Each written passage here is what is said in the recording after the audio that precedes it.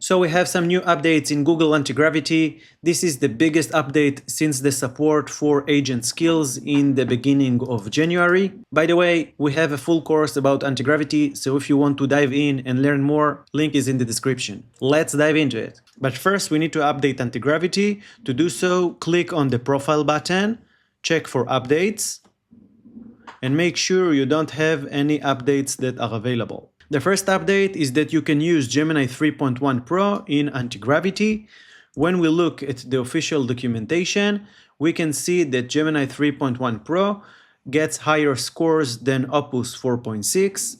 I'm not a huge believer in benchmarks, but the benchmarks that are relevant for us are SWE benchmark and SWE Bench Pro, and we can see that Opus 4.6 is slightly better. When we go back to Antigravity, we can see we have two new models.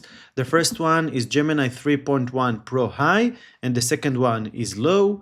We're going to use High for planning and for solving complex issues, and we can use the low version to execute simple tasks. Usually when I work with Antigravity, I use Sonnet 4.6 for execution, but as you know, the limits regarding Anthropic's models are very tight, so if you find yourself running out of tokens, you can go and use the low version of Gemini 3.1 Pro. Next, added model screen to settings, providing more visibility into quota usage. Let's see it in action. Let's click on the settings, open Antigravity user settings, and here we have on the left, we have a tab for models.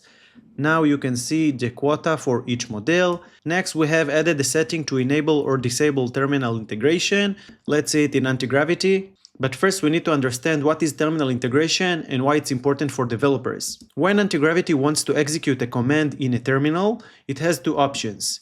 It can run on your own terminal, which means that the command that will run here in this terminal in Antigravity will work the same like if I was running it inside my own terminal. All the dependencies, all the installations will be available. If you disable this setting, you'll go with the second option, which means that Antigravity will create a new terminal without all your installations and dependencies. I recommend to turn it on because Antigravity should be your assistant and have all the dependencies and installations you have in your original terminal. The integration is enabled by default. If you want to change it, go to the Agents tab and turn on and off this toggle. Another update is the support for downloading artifacts from the chat UI.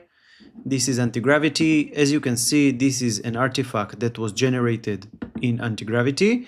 When I click open, I have this option for download, export artifact, and now I can download this artifact to my local computer. That's it for today. If you liked the video, please hit the like button and sub for more content about Antigravity.